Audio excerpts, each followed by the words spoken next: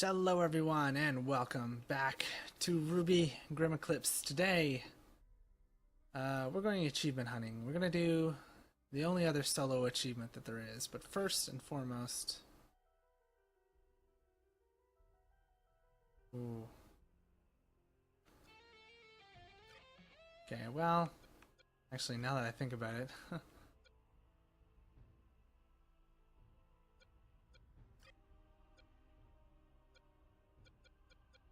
Okay, so now I have to hit challenges to get these. Okay.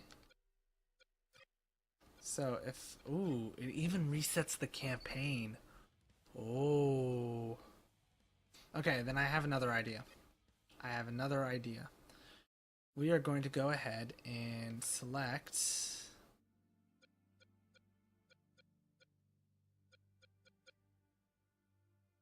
Oh, it even resets Juniper for me.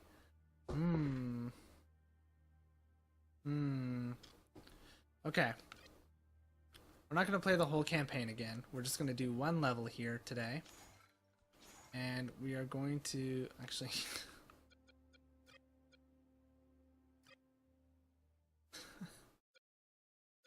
we are going to do it as RWBY on normal difficulty. And we are going to unlock the achievement for beating any level in the game using nothing but ranged attacks.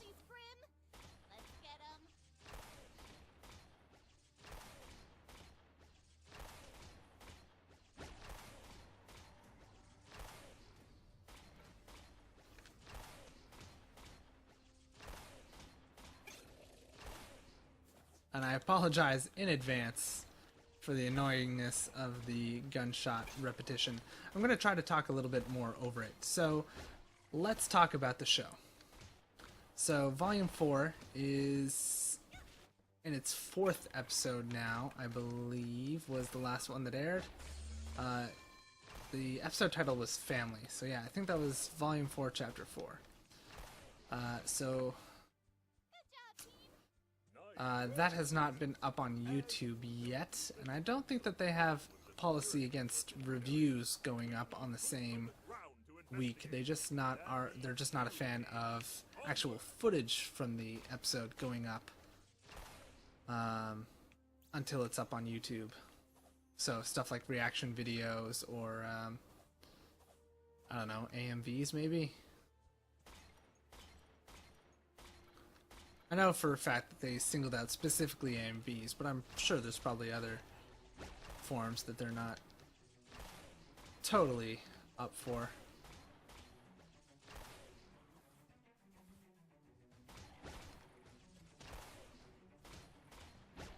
So yeah, that's come out. But I'm not going to talk about that. I'll talk all up to what's come out on YouTube already as of the time of this upload. So what's come out so far is chapters 1. I can't remember the name of the chapter, honestly.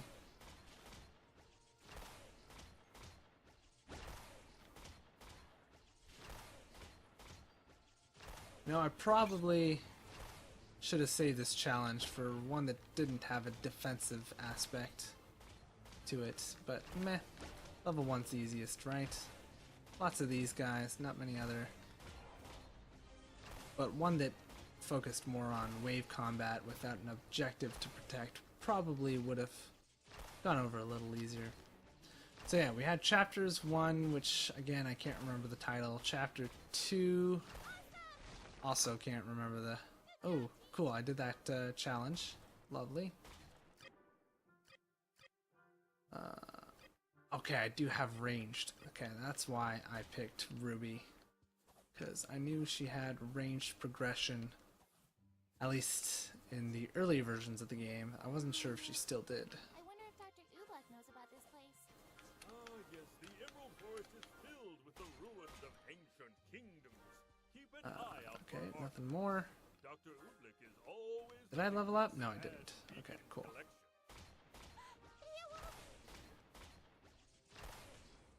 And then we had chapter 3, which was Runaways and Stowaways. And then after that, they took a break for a week and put out a World of Remnant instead of a new chapter. Kind of a continuation of the World of Remnants that they had included previously. Okay, I don't know how counters fit into this, but I'm really not going to risk it.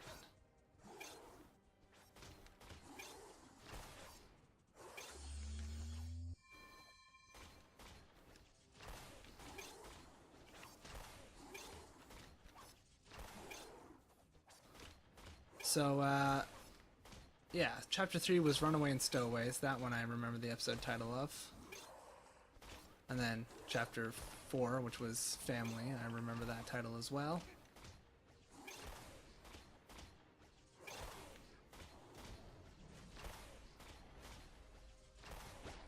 And so, let's talk about chapter 1. I don't know that I've talked about it in full at any point. Chapter 1 was really nice because it was the first introduction to the Maya engine in like a full episode format. And I mean, it really works for the show. I know a lot of people, or not a lot of people, but there are some people who are not so ecstatic about the change in art direction. They felt that Poser gave the show its unique look and that, you know, set itself apart. And while that's all well and good, technically I noticed a lot more issues with Poser than I have so far with Maya. I'm not saying that there haven't been issues with Maya as of yet. Chapter 1 definitely had a visible little hiccup. Defeat enemies with ranged attacks. Well, I'm on the right track. But let's go ahead and get Electric Blast anyway. Just to give me a little bit more of an area of effect. And then we'll probably start buying other stuff.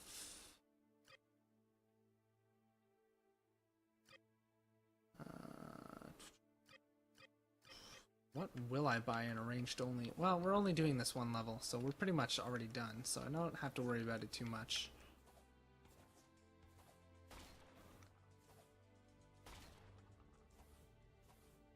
I hope I was looking at the achievements that I haven't gotten yet, and not the ones that I do have already. I'm pretty sure I did. I'm like 200% confident. So yeah, Volume 1, Chapter 1 had one hiccup, and it's the only hiccup that I've noticed in the volume so far. And I'm not going to say what it was in case, you know, people who didn't notice it can, you know, preserve the good view of it that they had.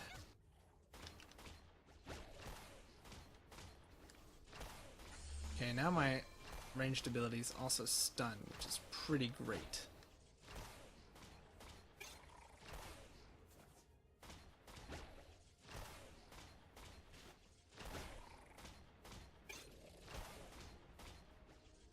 Boom.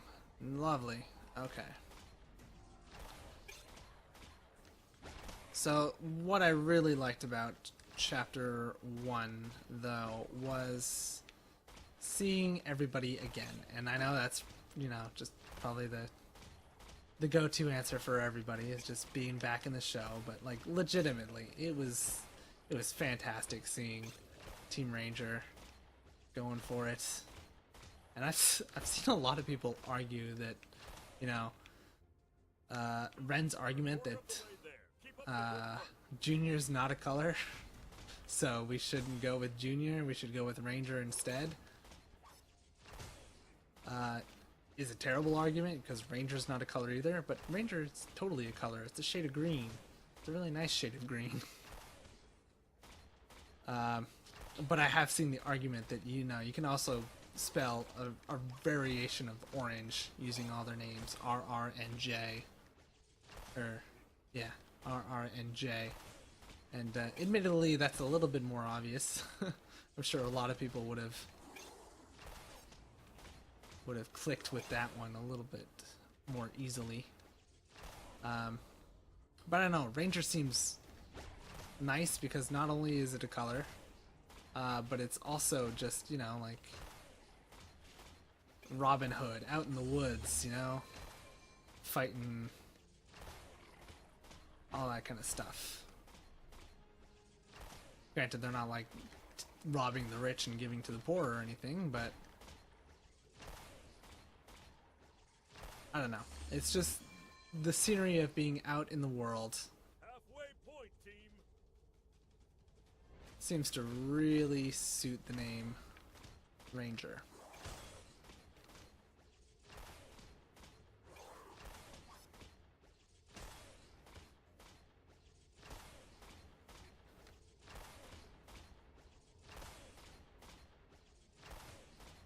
So, I'm all for the new team. I'm all for Ranger. And I'm loving everybody's new look. And it was really interesting to have Jean be the character to, like, change in the series. And I understand that it was probably practically the easiest one to do because it was basically the same outfit, just with a new a new top layer, whereas everybody else basically changed their entire outfit. Jean still had his hoodie, he still had his jeans, he still had, you know, generally the same color scheme.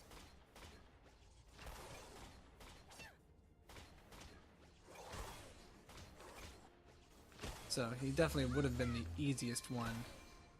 Nice. 50 range skills, also nailed that one.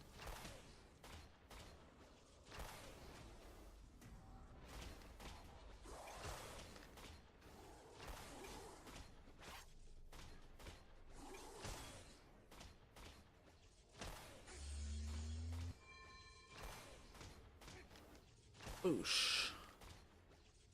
Okay. So yeah, that was good. Seeing the new Grimm types is pretty fantastic. Being introduced to the Evil League of Super Evil was interesting. Not what I was expecting for that, for the show. Like clearly we had Cinder, we had Salem by the end of Volume 3, and all that jazz, but we really didn't have any reason to believe that it wasn't just the two of them. And I guess it makes sense that, you know, there would be more than just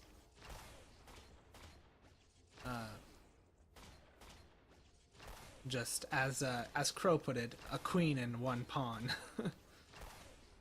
Although initially we believed that the queen piece was Cinder. Evidently not. So the queen has, you know, her, let's say, her rook, her bishop, and her knight, in addition to her pawn. A little longer. We're almost finished.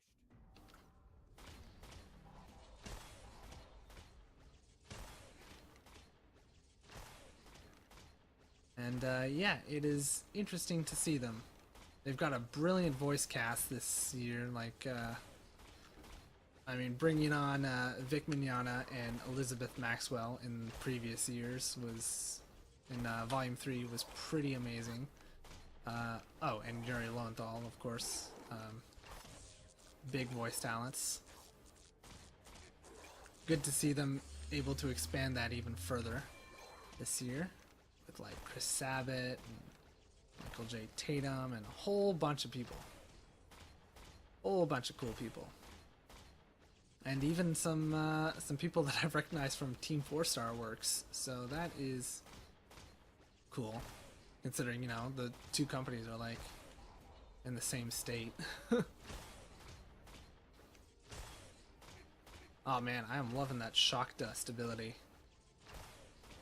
I get a stun, I get the chain attack, it's pretty great.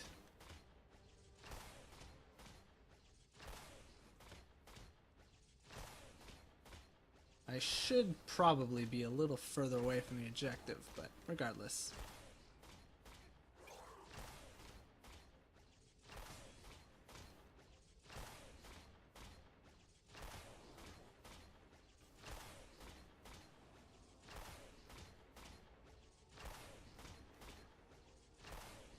And you are all that's left. So the Evil League of Super Evil was an interesting sight for sure.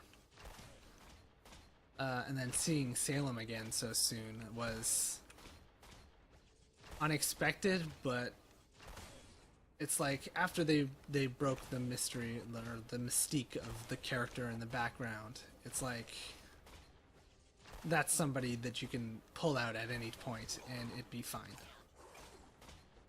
So I don't think that it was...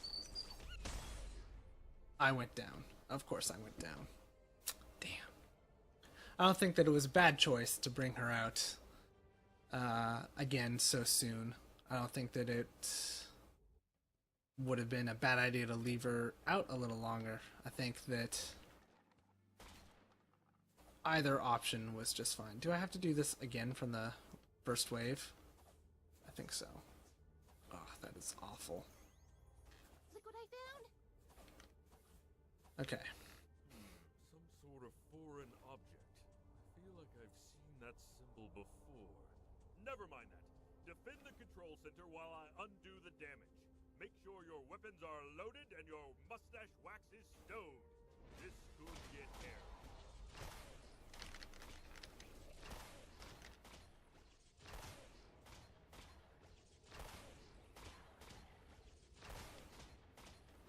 Alright, so, yeah.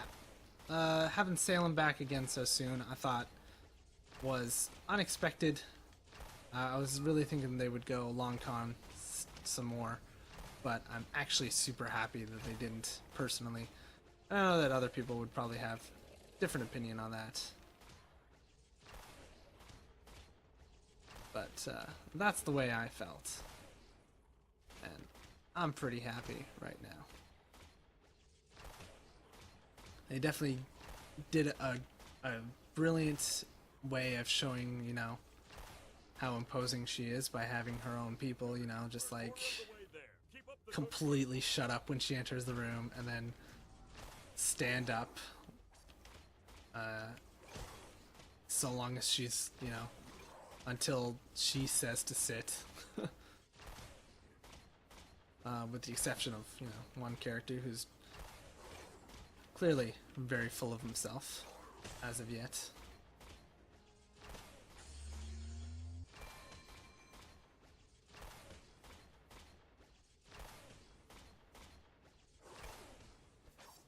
And then we have three very distinct types of villains introduced. We have the classy villain, or the suave villain. I won't say classy because, you know, it may not be very classy after all. But we'll find out eventually, I suppose. Ow, would you stop? Okay, that is not good for me. Very not good for me. So we have the suave villain, we have the brooding villain, and we have the crazy villain. And I've seen a lot of people, or a few people, criticizing. Actually, a lot of people seem to love the crazy character. Let's not get ahead of ourselves here. I've seen very few people, but some people nonetheless, criticize the direction of the crazy character. And while admittedly it's not a very common archetype in Western storytelling, it is a very common archetype in Eastern storytelling. Which, RWBY, you can argue whether or not it's an anime, but there's no arguing that it is extremely anime influenced. And so to have its character types written to be anime-like is not a surprise. So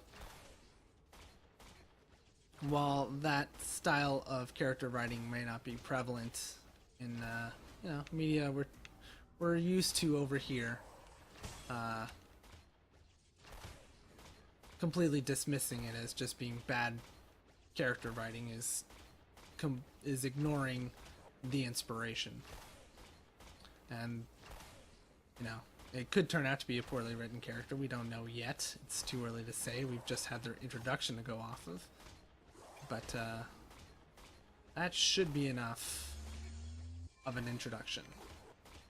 And recognizing that that is a character archetype that exists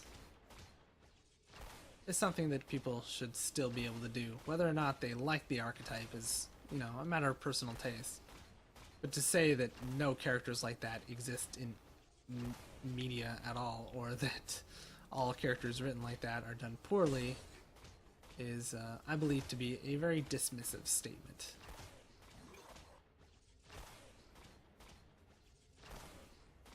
Because there are tons of shows that have done that character archetype well.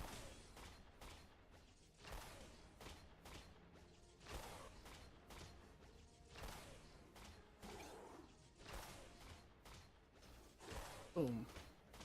So, as for the other two, the brooding one and the suave one, we really don't know too much about. We know that one has a very distinct distaste for Cinder, and I'm not entirely sure if it. I think they show it to be due to the personality she had before she was let's say disabled to a degree. And it's really interesting to see Cinder holding such a grudge against RWBY after everything. That she makes a request for that to be taken care of is pretty interesting.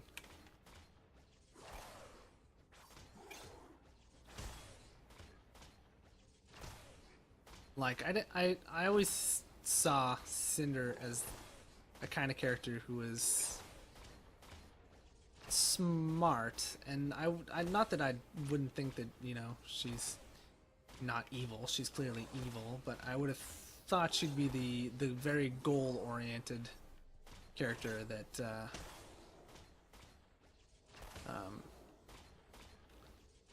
that what matters most to her is the objective, not so much any other details.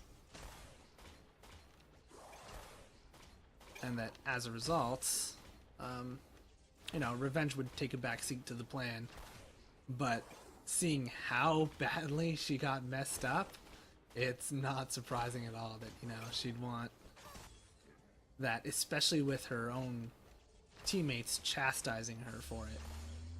It's like, oh no, yeah, she wants the thing that turned her into the laughing stock of her community club to be, kind of tucked away, out of sight, out of mind.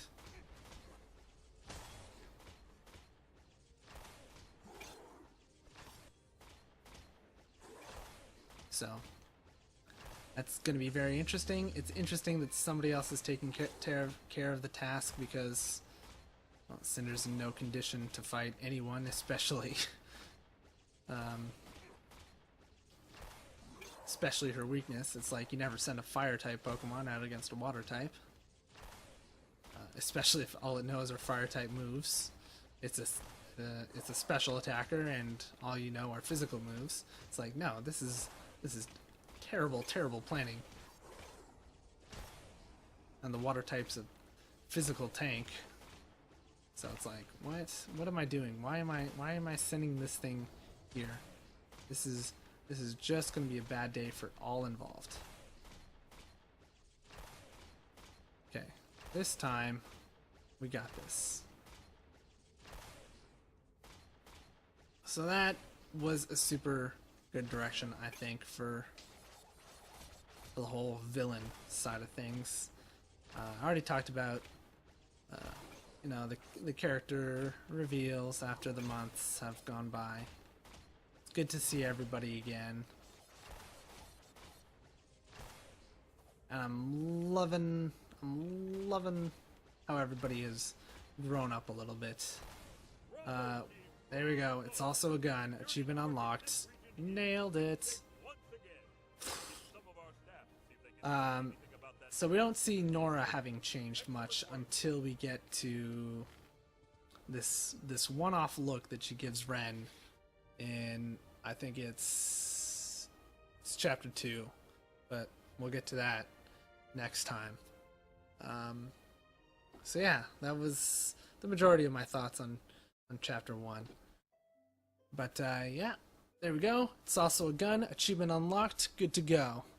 But that's going to do it for this episode, so thank you all for watching. I hope you've enjoyed all that fun stuff as always. If you did enjoy, please consider leaving a like or a comment. Any and all feedback is always very much appreciated. Helps me out a ton, and I do always love hearing from you guys. And I will see you all in the next episode. Bye for now.